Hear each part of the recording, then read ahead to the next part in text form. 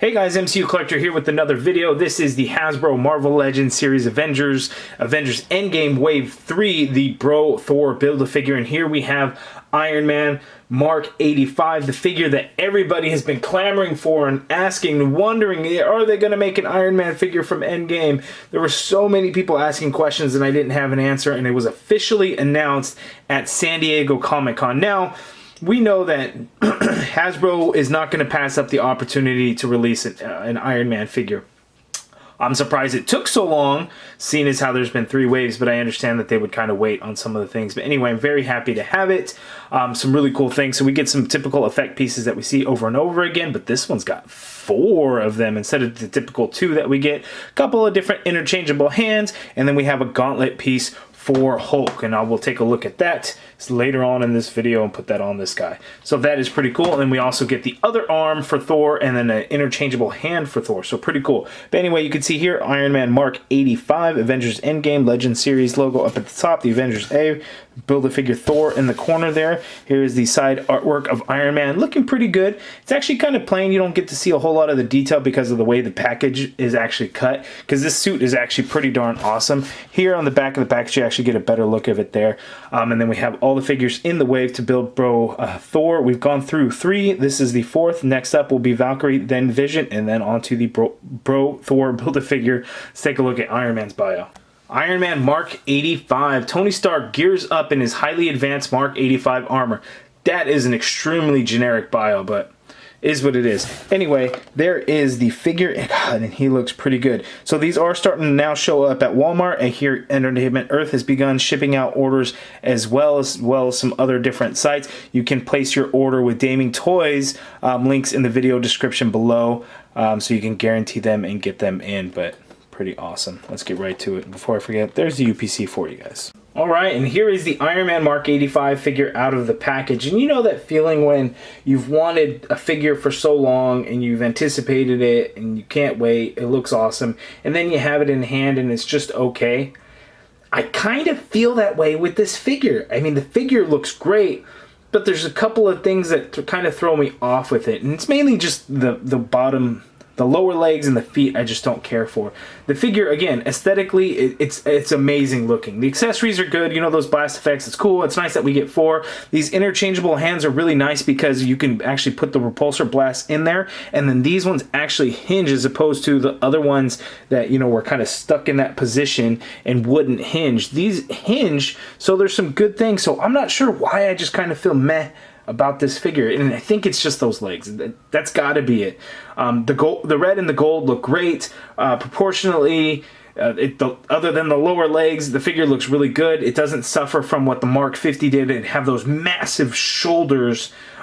This figure really improved on that, so I'm not sure what's wrong with me tonight. I don't know. Here we have the Build-A-Figure piece for Thor. This is the left arm, so we'll put that off to the side. Here is the hand with the, I forget, what did Tony call it? The time and space GPS or time travel GPS, whatever it is, for the quantum suits. So that is there for Thor.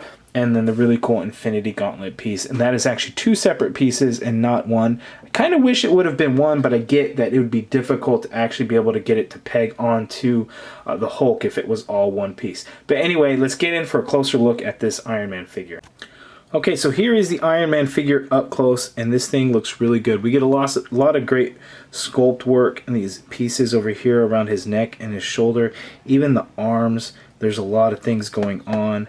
The back of the figure, all kinds of line work. And the sculpt, really cool. I'm not sure what those 2 indents are for, but it's got to be something. So yeah, the sculpt is really nice.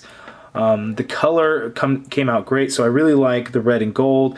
I really like the silver pieces that we get throughout the figure and the suit. Now, I don't really recall them being there in the suit. I thought it was all, you know, red and gold, but obviously I must be wrong because I think this figure had plenty of time to go through the concept to final production film version. I could be wrong though. The arc reactor here is actually just a white color. We don't get the normal blues that we've seen with the other arc reactors to give it that glow effect, so it is all white, and that doesn't bother me. That looks pretty good. arms, they all look really good, but then you get down to the feet, and look how small they get. So you got these big old quads, and then you get these tiny lower legs. And I think that's, again, it's probably just so nitpicky for me to say that, but there's just something about it. And then mine's just kind of warped a little bit. Not a big deal. I could heat it up and get that straightened back out. Well, it looks really good. I like the metallic red. The gold looks really good. So really I shouldn't be complaining. It is definitely a solid figure. And again, no huge shoulders there. So I'm happy with it. Paint apps look really good too. I got pretty much no issues in terms of the paint. Yeah, throughout the whole figure. No paint issues anywhere on mine.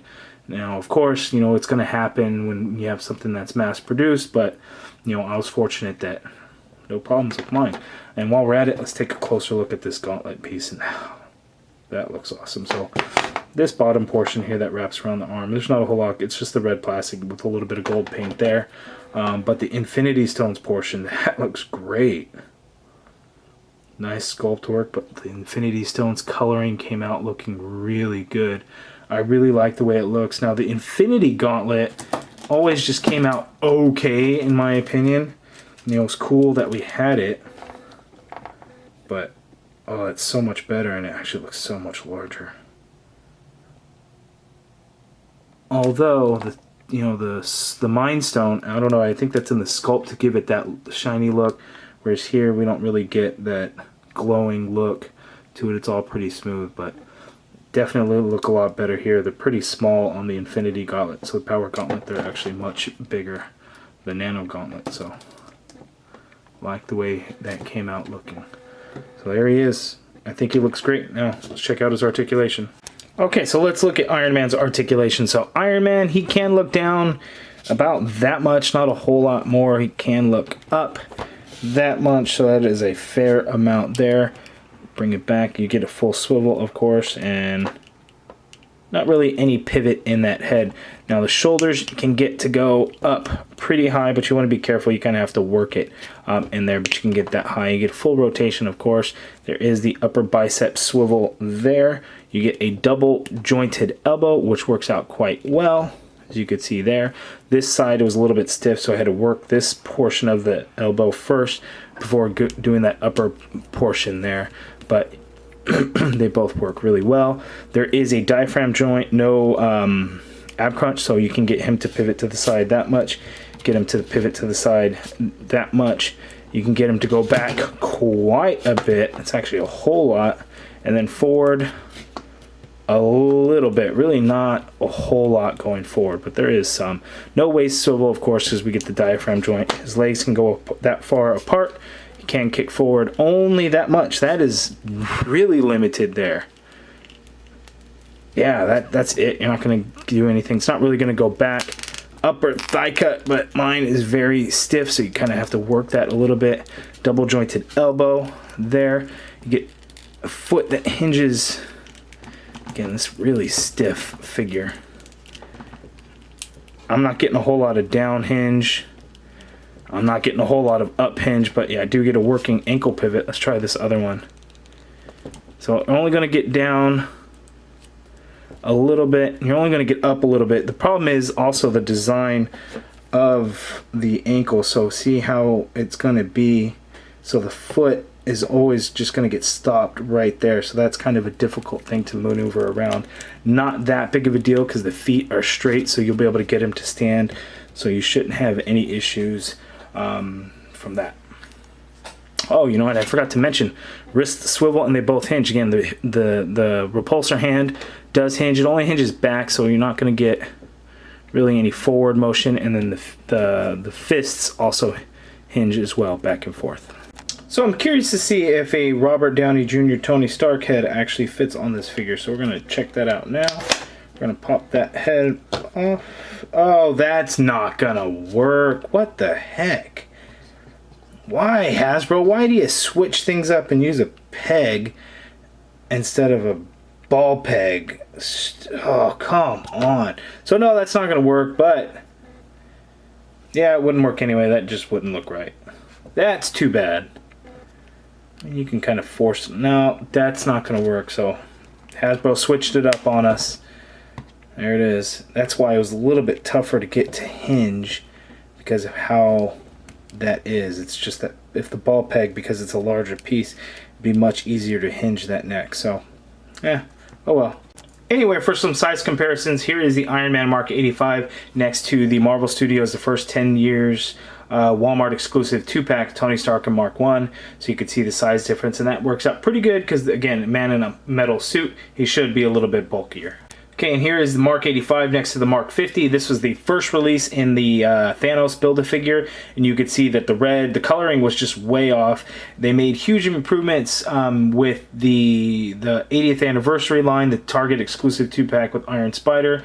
That is a much better figure. I didn't pull that one out. And then, you know, I was complaining about the small lower legs. These ones are tiny and even worse. So you could see those huge shoulders that this figure does not have. So massive improvement from this figure to this figure.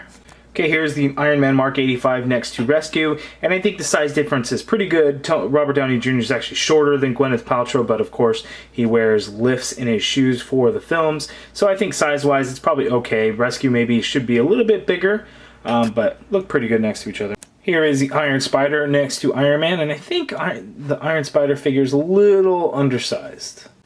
Okay, and here is the Iron Man Mark 85 next to the Iron Patriot from the same wave, and I think the size difference there is pretty good because, again, the Iron Patriot suit should be a very, very bulky suit from what we saw in the movie. Okay, and there is the Marvel Trinity together. We have Thor, Captain America, and Iron Man Mark 85. Now, the only thing we really need is a final battle Thor from Avengers Endgame, so we need a big Thor, fat Thor.